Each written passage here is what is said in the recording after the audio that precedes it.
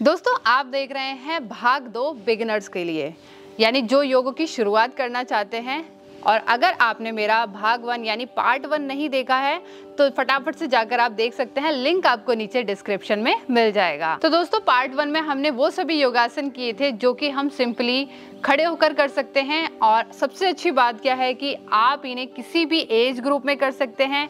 और सबसे easy thing ये है कि आप अगर नीचे नहीं ज़मीन पर बैठ पा रहे हैं तो आप इन्हें बेड पर बैठकर भी कर सकते हैं। इसमें आपको किसी भी तरीके की टेंशन नहीं लेनी है। और कुछ चीज़ों का जो मैंने आपको पार्ट 1 में बताया था ध्यान रखना है। पहला, आपको पैनिक नहीं होना है, आपको मेंटली रूप से स्ट्रेस नहीं लेना है, और आपको खाली पेट सभी योगासन करने हैं। और साथ साथ में आपको बीच में प्रैक्टिस के दौरान पानी नहीं पीना है। बस इतनी सी चीज़ों के बाद आप अपनी योग को शुरू कर सकते हैं। तो दोस्तों पार्ट 2 में हम वो सभी योगासन करने वाले हैं जो हम बैठकर कर सकते हैं और लेट कर सकते हैं। हेलो दोस्तों, नमस्कार, मैं मोनिका स्वागत करती हूँ आप सभी का आपके अपने यूट्यूब चैनल योगा वाले पर। तो आइए दोस्तों शुरू करते हैं। पहला आसन हमारा रहेगा बटरफ्लाई का। बहुत ही सिंपल आसन है। इसके लिए हमें अपने दोनों पैरों को इस तरीके से बैंड करते हुए अपने पेल्विक पार्ट की तरफ लेकर आना है, यानी जहां पर हमारे रिप्रोडक्टिव ऑर्गन्स होते हैं ना, वहीं पर हमें दोनों पैरों को अच्छी तरीके से सेट कर लेना है। कोशिश करेंगे अपनी हील को, दोनों पैरों की हील को पेल्विक तक के फ्लोर में लेकर आ सकें।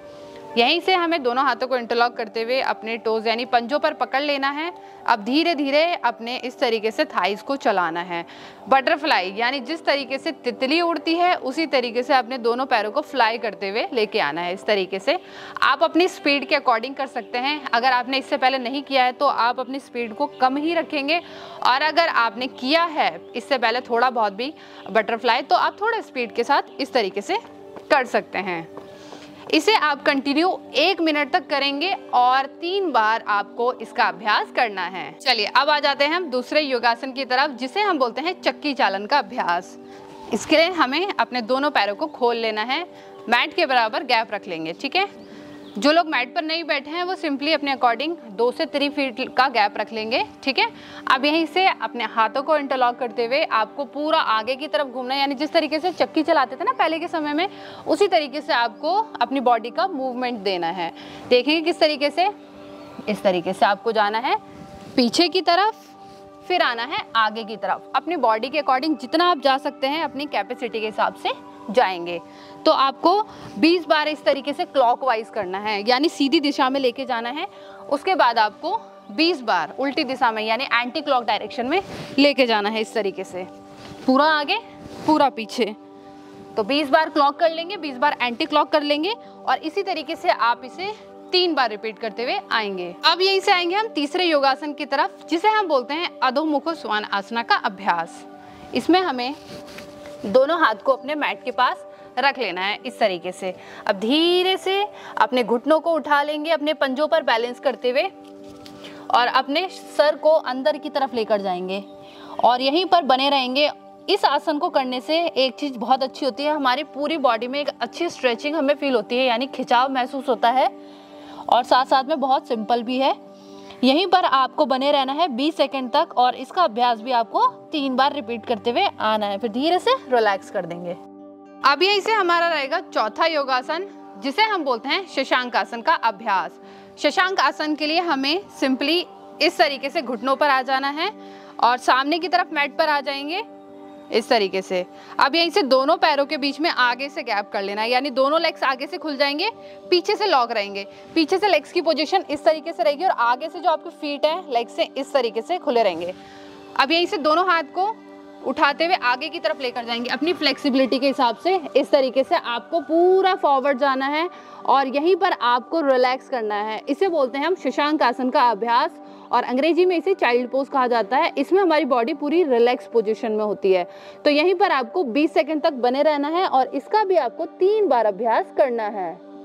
चलिए अब आ जाते हैं हम यहाँ से 5वें योगासन की तरफ, जिसे हम बोलते हैं भुजंग आसन का अभ्यास। भुजंग आसन के लिए हमें सिंपली अपने मैट पर लेट जाना है इस तरीके से, पेट के बल पर। पेट के बल पर हम लेट जाएंगे थोड़ा सा आगे की तरफ होते हुए। अब यहीं से हमें दोनों हाथों को अपने चेस्ट के पास रखना है। चेस्ट के पास रखने के बाद धीरे से हमें अपने चेस्ट वाले पार्ट को ऊपर की तरफ उठाना है। कोहनी हमारी सीधी हो जाएगी। ऊपर की ओर देखते हुए हमें यहीं पर 20 सेकंड तक बने रहना है। इसे हम बोलते हैं कोबरा पोज यानी भुजंगासन का अभ्यास। 20 सेकंड तक बने रहने के बाद आपको 3 बार इसका अभ्यास करना है। धीरे से रिलैक्स कर देंगे। तो अब यहाँ से हम करते हैं अपना 6ठे नंबर का और अंतिम योग अभ्यास, जिसे हम बोलते हैं शव आसन का अभ्यास। इसमें हमें सीधे लेटना है मैट पर, अपने पीठ के बल पर लेट जाएंगे। अब यहीं से अपने पैरों में गैप दे देंगे, हाथों में गैप दे देंगे। शव आसन, शव के समान, यानी जैसे एक डेड बॉडी होती है ना, जिसमें किसी भी तरीके की कोई मूवमेंट नहीं होती है ना, उसी तरीके से इसका अभ्यास किया जाता है। जब हम सारे योगासन कर लेते हैं ना, उसके बाद जब हमें पूरी बॉडी को एक रिलैक्स मोड में छोड़ना होता है, उसके लिए लास्ट में यानी अंतिम में हमें शवासन करना चाहिए। तो ये है हमारा शवासन का अभ्यास, जिसमें हमारी हथेलियाँ आसमान की तरफ रहेगी, पैर खुले हुए रहेंगे, आंखें बंद रहेगी और माथे पर किसी भी तरीके की तनाव की लकीरें नहीं आनी चाहिए। पूरी बॉडी हमारी एकदम शिथिल हो जाएगी और यहीं पर आपको कम से कम 1 मिनट तक बने रहना है। माइंड को बिल्कुल फ्री छोड़ देना है, किसी भी तरीके का टेंशन अपने दिमाग में नहीं लेना है। तो दोस्तों, ये थे हमारे वो सभी योगासन जो कि बिगिनर्स के भाग 2 में आए थे। बहुत ही सिंपल योगासन है, इसे आप इजीली कर सकते हैं। इनके कोई साइड इफ़ेक्ट नहीं है, बल्कि इनसे आपको लाभ ही लाभ मिलने वाला है।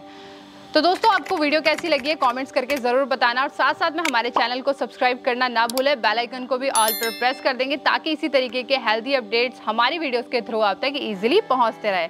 तो अभी के लिए नमस्कार, जल्दी मिलेंगे अगले वीडियो में।